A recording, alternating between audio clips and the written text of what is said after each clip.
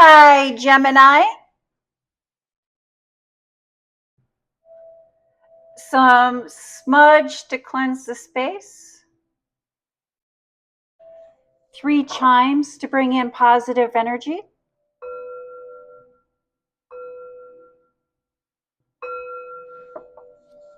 This is a general reading for the sign of Gemini. Let's get this started. Let's get this going here for you, Gemini. My name is Greta. I am an intuitive reader. I do look at planetary placements, horoscopes, and sun, moon placements to get an idea of the energy surrounding you. But first and foremost, I do look at or do trust my intuition first and foremost. And here we have the tarot card that represents the sign of Gemini.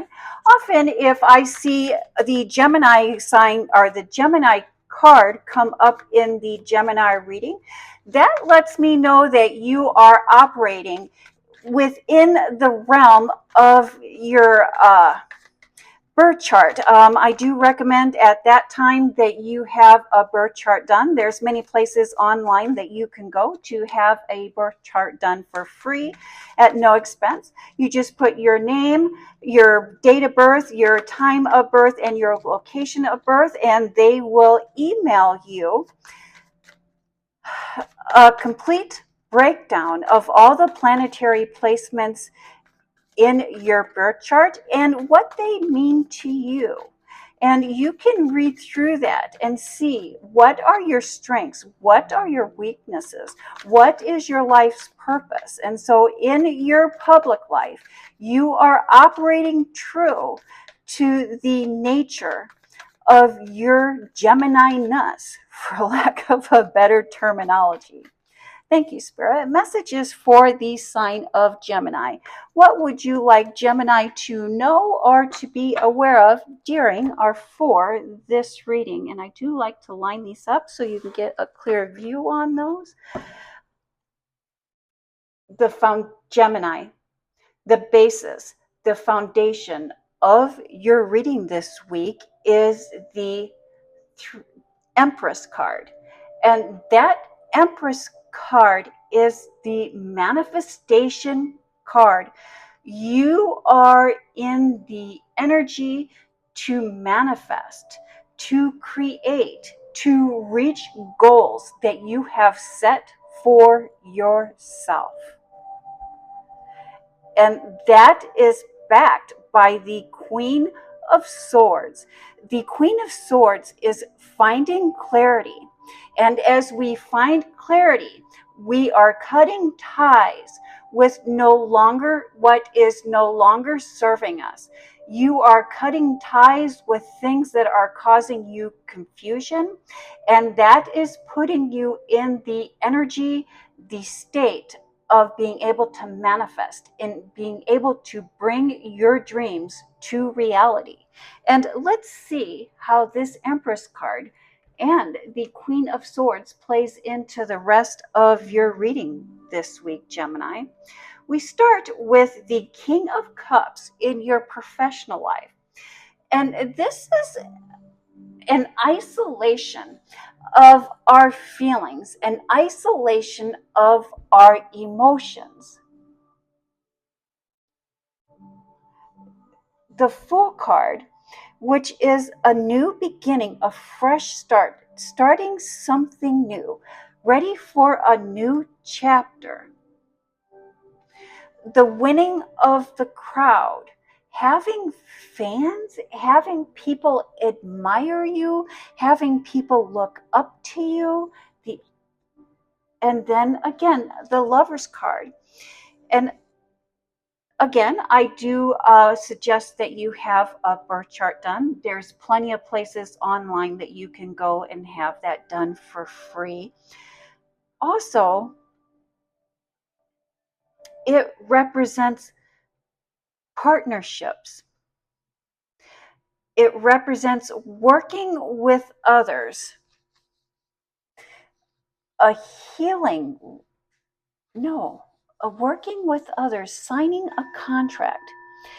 You have applied for a large sum of money,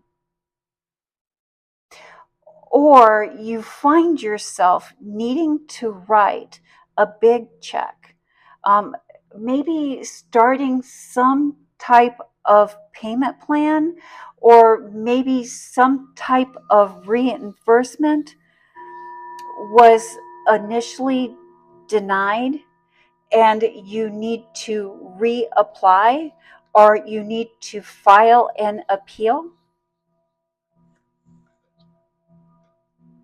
But there is a large sum of money here that has become available to you,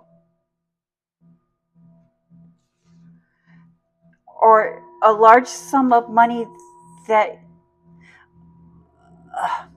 a changing of, it's like maybe you had to put a large sum of money up front before you could get a larger payback out.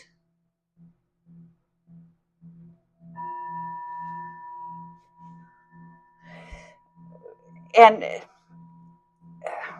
filing an appeal, whatever the case is on this, karma is at play here for you, Gemini. Karma is at play here for you.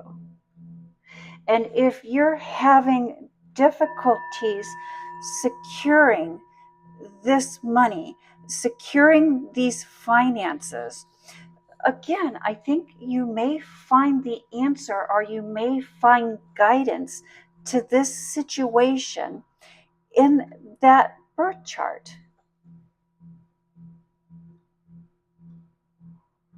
Because we have the manifestation card. Something, the hold up here with this sum of money has to do with finding clarity and cutting ties with the past. And so karma is the energy that we put out, is the energy that is reflected back to us. And so maybe in the past,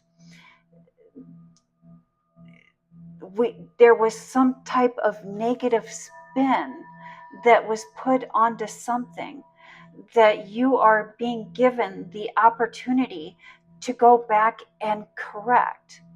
And by going back and correcting this past karma or this past confusion, it clears up the present to bring in more funds. Wow, that was a long circle around, wasn't it, Gemini? And I love that we have the Sun card here, which is the happiest card in the tarot, followed by the Ace of Cups, which is emotional and spiritual fulfillment. Look at that. And we have the Ace of Pentacles, which is a physical gift. A lot of gifts, a lot of happiness here in your home life. Followed by the Eight of Pentacles. And that Eight of Pentacles, here we see someone focusing in on building and creating. And what they are building and creating is what they love, what they enjoy. They're not necessarily working or creating for the admiration of the crowd, or they're not working for outside data voice. What they are working on is for their own pleasure, their own joy, their own fulfillment. There is new information coming into you. And this new information, as it comes into you, may try to throw you off your game a little bit. Things, and what we're seeing here, Gemini, is that things don't necessarily always work out the way that we would like them to, but they do have a way of working out that aligns us with our purpose and aligns us with our life's path. And what we can do is keep it positive. And by keeping things positive, we counter the negative.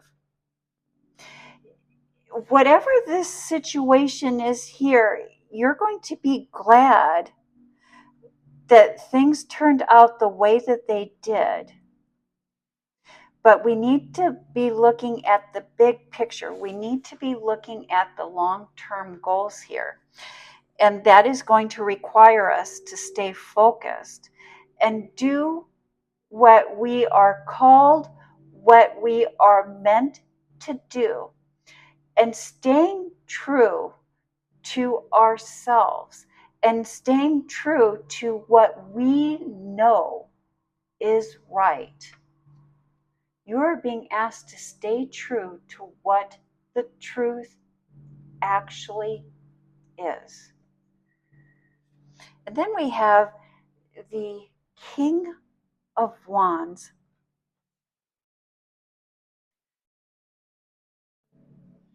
Our passions, our desires,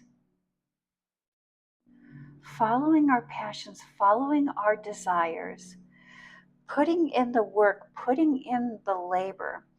There is questioning our truths, questioning our beliefs is difficult, but well worth the effort. The King of Pentacles, which is the wealthiest card in the deck, and the 5, the Hierophant. The number 5 in tarot represents motion, adventure, expansion, travel, and unpredictability. And I am not surprised to see this unpredictability show up in final thoughts, final messages for you, Gemini. This week, the full moon is in Capricorn, and you are being asked to play a wild card. And so this full moon in Capricorn for the Gemini is just, situations can turn one way or the other. Karma is really at play here. And what is being asked of you is, how do you want to play it? Do you want to play it safe? Or do you want to question the status quo? It might be as playing it safe as a quiet night in, or bucking the status quo with a wild night out on the town with friends. But it is up to you to decide how you would like to play this wild card. How would you like to use this energy of motion, this energy of unpredictability?